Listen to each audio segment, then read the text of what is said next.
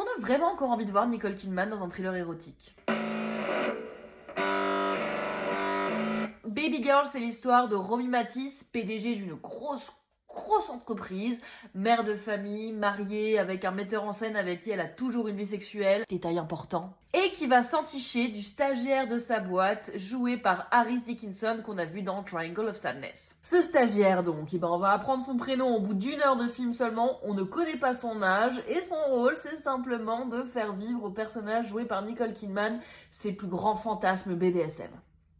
On dirait un peu 50 Shades of Grey, mais remixé. Cette fois-ci, c'est le stagiaire qui est le dominant. Retenez que c'est encore une fois le mec. À la Mostral Venise, tout le monde a salué la qualité de l'interprétation de Nicole Kidman, qui vraiment, et il n'y a pas d'autre mot, donne de sa personne. Alors que, voilà, elle n'est pas vraiment à son coup d'essai depuis Eyes Wide Shut. Et il faut dire qu'en ce moment, on la voit un peu partout, Nicole Kidman, notamment sur les plateformes où elle est un peu abonnée à ce rôle de ou quinca très mystérieuse ou mère parfaite. Mais alors vraiment, toujours dans le contrôle. On commence à être vraiment sur un espèce d'archétype qui lui colle à la peau. J'ai fini aucune de ces séries, je les ai toutes trouvées assez mauvaises, il faut dire.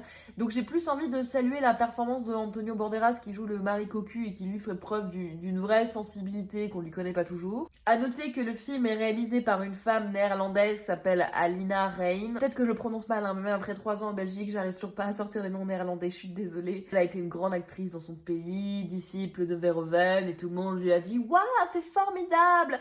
Vous offrez un regard féminin sur le thriller érotique !» Non, parce qu'en fait, il n'y a rien de novateur au fantasme de soumission d'un homme sur une femme. Aucun. Rien. Même si c'est réalisé par une meuf, ça ne change rien.